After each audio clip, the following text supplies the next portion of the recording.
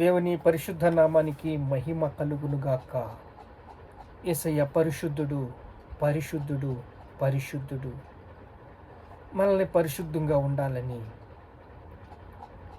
జయము ఇచ్చాడు, సామర్థ్యమును ఇచ్చాడు, జయ జీవితానికి మనల్ని నడిపిస్తున్నాడు. చూడండి, ఓర్పు అనేది చాలా అవసరము. ఓర్పు లేకపోతే తొందరపాటుతనాలలో మనం వెళ్ళిపోతాం. ఆ తొందరపాటుతనం మనల్ని ఎక్కడికి తీసుకెళ్తుందంటే భయంకరమైన అది గందరగోళం, సస్పెన్స్, అలాంటి తలంపులు సరిగా ఉండవు, ఆలోచనలు సరిగా ఉండవు. ఏమవుతుందో భయము, పిల్లల్ని ఏం చేయాలో భయము, సేవా జీవితం ఏముందాలో ఏం చేయాలో తెలియదు, కుటుంబం వల్ల కొల్లాలో అయిపోతుంది. అన్నీ ఇడిచిపెట్టిన శిష్యులు, సేవ చేస్తానని నిర్ణయం తీసుకున్న శిష్యులు, పోస్ట్ గొప్పదన్న ఆలోచించిన శిష్యులు, దేవుడు అద్భుత కార్యాలు చేసిన శిష్యులు ఈరోజు సేవకులు, బిషప్పులు, అపోస్తులు, పాస్టర్లు, ప్రతి ఒక్కరికి వాక్యం వర్తిస్తుంది. చూడండి, లూకా సువార్త 5వ అధ్యాయము 4వ వచనము. నీవు ధోనిని లోతునకు నడిపించు, చేపల పట్టుటకు మీ వలలను వెయ్యుడని సీమోనుతో చెప్పగా, సీమోను, నా ఏలినవాడా, రాత్రి అంతయు మేము ప్రయాసపడితిమి కానీ మాకేమీ దొరకలేదు, అయినను నీ మాట చెప్పున వల వేతుమని ఆయనతో చెప్పాను. అయినను నీ మాట చెప్పున మేము వలేస్తాం. సృష్టికర్తవి, నీ మాట వింటామని, సేవ చేద్దామని అన్నీ ఇడిసిపెట్టి వచ్చి మళ్ళీ వలలు పట్టుకుని తమ దోణులను తీసుకుని, పేతురన్న మేము అందరూ వచ్చేస్తామని చెప్పేసి ఆయనతో వచ్చి వెళ్ళిపోయి శ్రమ పడుతున్నారండి. రాత్రి అంతా ఏమీ దొరకలేదు. నిరాశ, నిస్పృహ, భయంకరమైన ఆందోళన. ఓర్పు చాలా అవసరం. అపజయాలు ఉంటాయి, ఓటమి ఉంటుంది, కుటుంబంలో పరిస్థితులు మారిపోతాయి, ఇబ్బందులు, ఆరోగ్యపరంగా సమస్యలు. దేవుడు మనకి తోడై ఉన్నాడని మనము నమ్మి దేవుడు వెనకాల నడుస్తాం. సేవకులకి ముఖ్యమైన గమనిక. చూడండి, ఈ వాక్యం ఏం చెప్తుందంటే, సేవ చేస్తానని యేసయ్య వెనకాల తిరిగిన వాళ్ళు,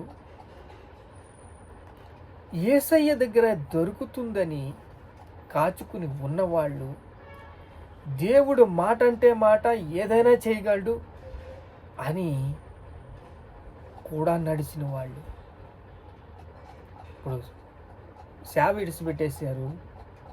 సేవలో ఉన్న ప్రతిదీ కూడా వాళ్ళు కాదనుకున్నారు. కాదనుకుని వద్దే వద్దు ఈ జీవితం అని చెప్పేసి చేపల పట్టణానికి వెళ్ళిపోయారు.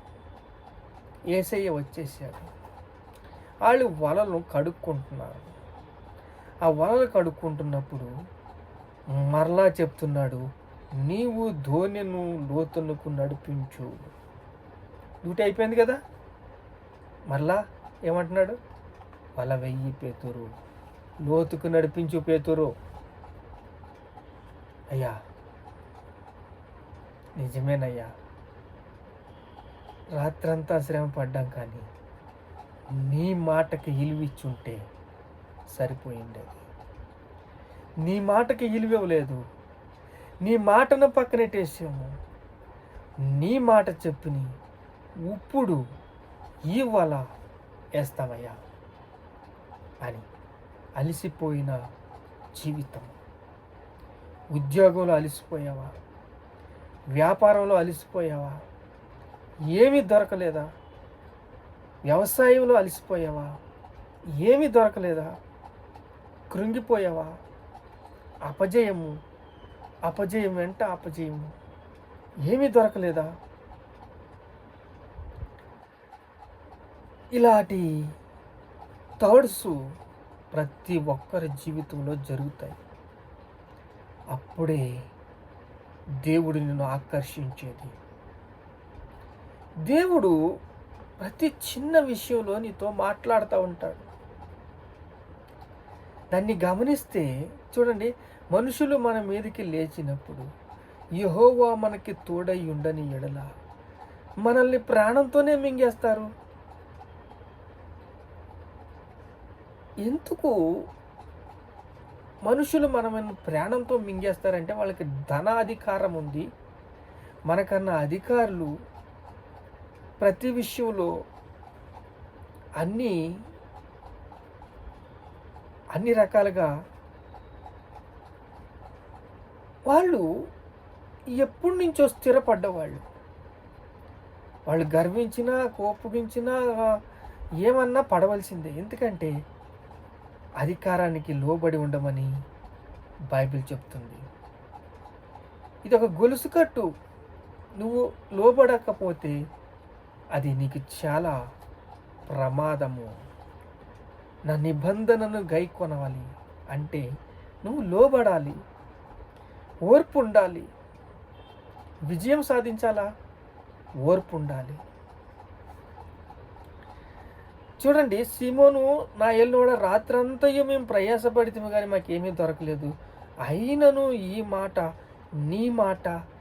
మాటని నీ మాటగా చేసుకుని మేము వలలు వేస్తున్నామయ్యా అని చెప్పి వల వేసారండి. ఆశీర్వాదమే ఆశీర్వాదము. అంత ఆశీర్వాదం వాళ్ళు చూశారు అంటే రాశులు రాశులు రాశులు రాశులు రాశులు. ప్రభువా, నేను పాపాత్ముని, నన్ను వదిలి వెళ్ళిపో, పశ్చాత్తాపడుతున్నాడు. అయ్యా, రాత్రంతా శ్రమ పడ్డే దొరకలేదు. ఆశీర్వాదం గుట్ల కింద వచ్చేసిందంటే చూడండి, యోహాను సువార్త 7:37 ఎవడైనను దప్పికొని ఎడల నా యుద్ధకు వచ్చి దప్పి తీర్చుకొనవలెను. నా యందు విశ్వాసముంచి వాడెవడు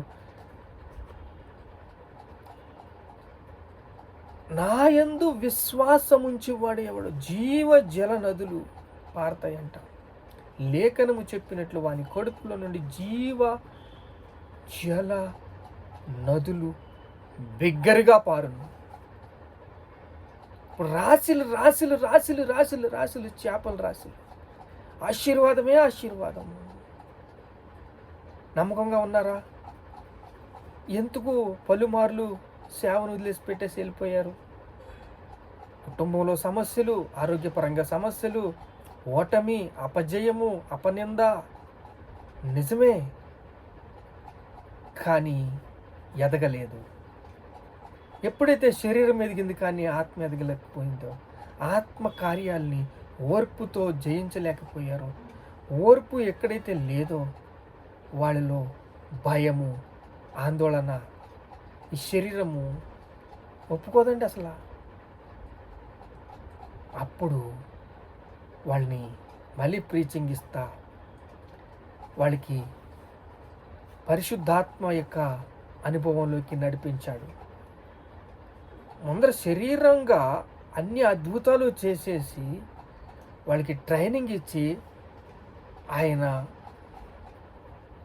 తిరిగి లేచి పరిశుద్ధాత్మతో నింపుదలకు, ఆత్మ నింపుదలకు కార్యాలకి శ్రీకారం చుట్టారు. అంటే ఒక కార్యాన్ని, సత్క్రియని ప్రారంభించారు.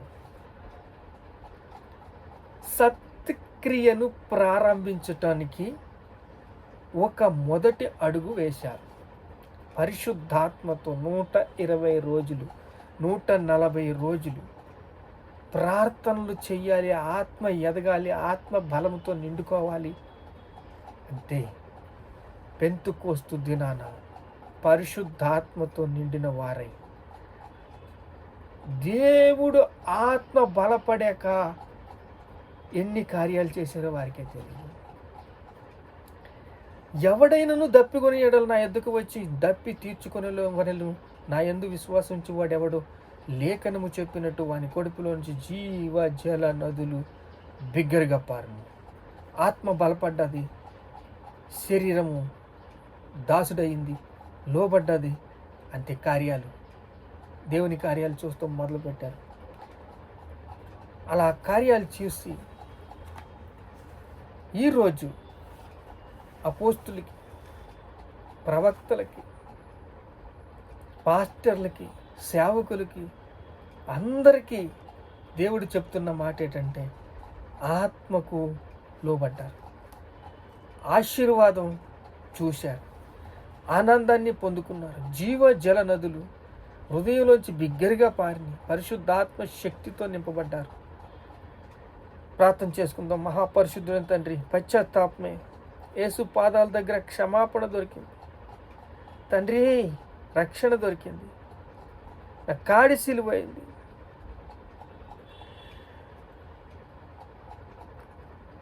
నా కాడి సులువైంది, నా భారము తేలికైందని చెప్పి నాయనా మాకు నేర్పించావు. నీ కృపను అనుగ్రహించావు, బలపరిచావు, స్థిరపరిచావు, సిద్ధపరిచావు. నీకే స్తోత్రాలు స్తోత్రాలు స్తోత్రాలు. ఘనత, మహిమ, ప్రభావాలు మీకే చెల్లిస్తున్నావు తండ్రి. ఆమేన్.